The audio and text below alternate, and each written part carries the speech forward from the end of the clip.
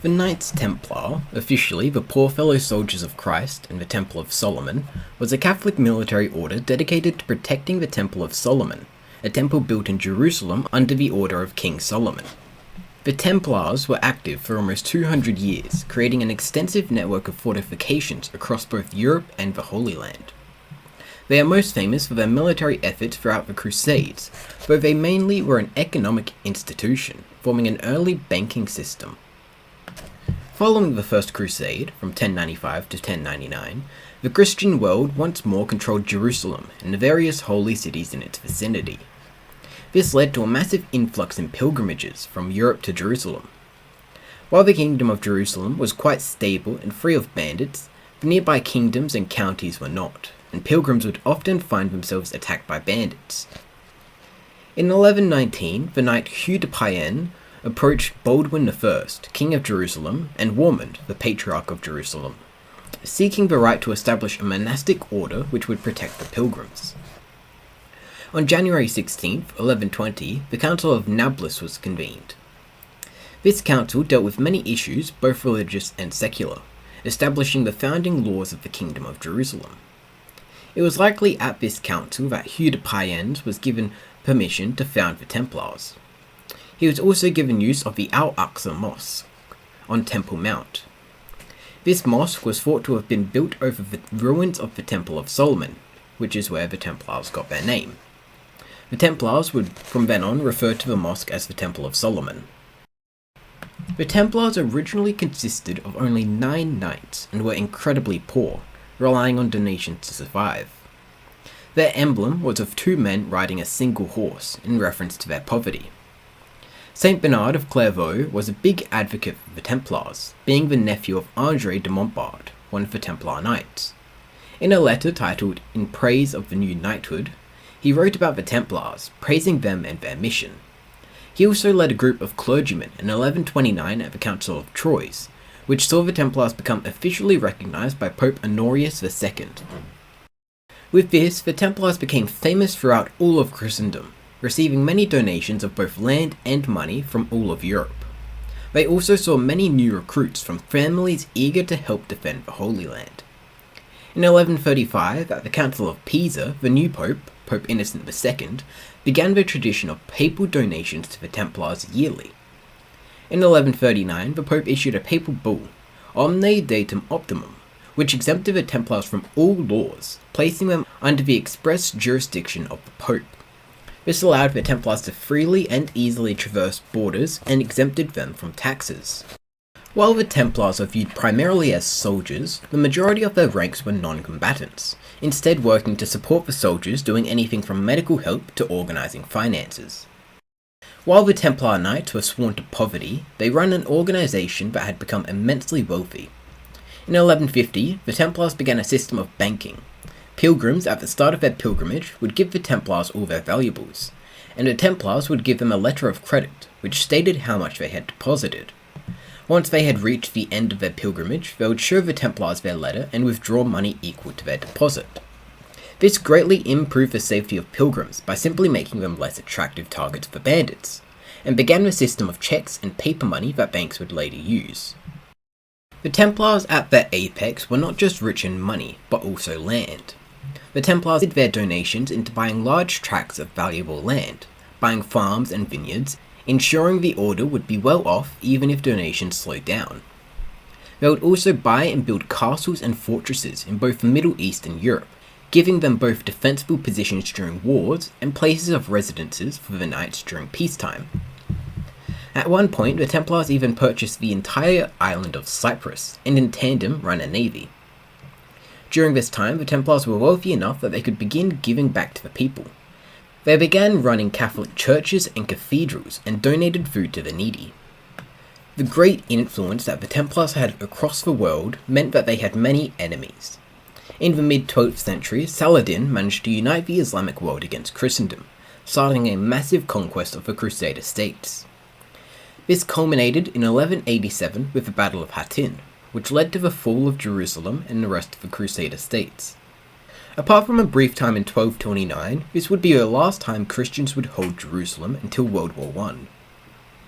the Templars had to flee Jerusalem, establishing a new headquarters further north in the city of Acre. They stayed here until 1291, when Acre, alongside their other mainland strongholds, were captured. The Templars had to once again flee, this time to the island of Cyprus, and also the island of Arwad. In 1300, attempts were made from a combined French-Mongol invasion of the Middle East, with the French invading from Arwad, but in 1302 or 03, the Templars lost the island to the Egyptians, losing the final Templar stronghold in the Holy Land. With Christians no longer controlling the Holy Land, the Templars went through an identity crisis. Their main purpose, and the very reason they were founded, was to protect pilgrims, but now pilgrimages could no longer take place. While the Templars were still incredibly influential in Christendom, controlling many lands in Europe, they could no longer fulfill their primary purpose. Despite this, they still had all the rights they had gained for protecting pilgrims. The land they controlled in other countries wasn't subject to that country's laws, making them a state within a state, and their army still maintained the right to be able to cross borders freely. This, alongside the Templars contemplating establishing their own monastic state, led to rising tensions between the Templars and the European monarchs.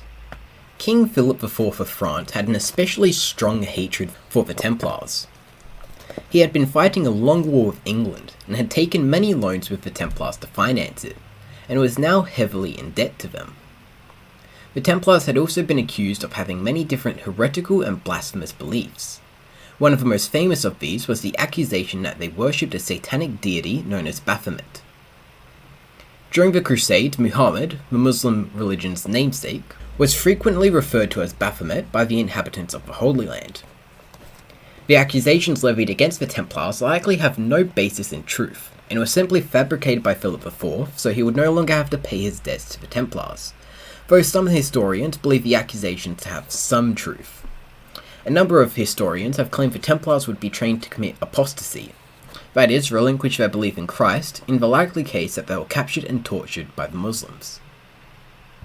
On the 13th of October, 1307, while the Templars were in France to meet with the Pope, Philip IV ordered their arrest. The Templars were accused of a number of blasphemies, including recruits being forced to spit on a crucifix, the worshipping of Baphomet and other false idols, such as possibly worshipping the severed head of Hugh de Payens, homosexual acts, and many others. These accusations were all very similar to the accusations Philip IV had levied against the enemies of the state. In addition to heresy and blasphemy, the Templars were accused of numerous offences such as committing fraud. Templars were arrested and then tortured until they confessed to the charges. On the 22nd of November, after the leader of the Templars, Jacques de Molay, admitted to committing heresy, Pope Clement V ordered the arrest of all Templars. Most of the Templars were unable to resist, though some in Aragon held out in castles until 1308. Clement V hoped to conduct the trials himself, leading many of the Templars to recant their confessions, but in 1310 Philip IV ordered 54 Templars to be burnt at the stake in Paris. Pope Clement V then passed a number of papal bulls, dissolving the Templars and giving their assets to the Hospitallers, another monastic order. The leaders of the Templars retracted their confessions and maintained that they were innocent, though Philip IV still found them guilty of heresy and ordered them to be burnt at the stake in Paris in 1314. Jacques de Molay reportedly requested that he be tied in such a way that he could see the Notre Dame chapel, and have his hands together in prayer. His final words, as he was burning, were, "God knows who is wrong and has sinned. Soon a calamity will occur to this, who have condemned us to death." Both Clement V and Philip IV died that year. The other Templars were allowed to live after the Pope dissolved them. In Portugal, the king, King Denis I, refused to allow the Templars living in his kingdom to be persecuted, and many of the Templars living in his kingdom continued to be Templars, simply changing the name of their organisation to the Order of Christ, and the parallel Supreme Order of Christ. In September of 2001, a document known as the Chinon Parchment, dated the 18th of August 1308, was found in the Vatican's secret archives, having been incorrectly filed in 1628. The parchment is a record of the trial of the Templars, showing Pope Clement V found the Templars not guilty of any heresies. Another similar piece of parchment mentioned that all the Templars were restored to their sacraments and to the unity of the Church. The current position of the Church reflects this, with the Catholic Church believing the Templars to have been unjustly punished, and Pope Clement V was pushed to dissolve the order due to the magnitude of the scandal, not because of his belief in their guilt. The Templars were an incredibly important and influential order of knights. They existed through most of the Crusades, fighting to protect the Christians in the Holy Land from their Muslim aggressors.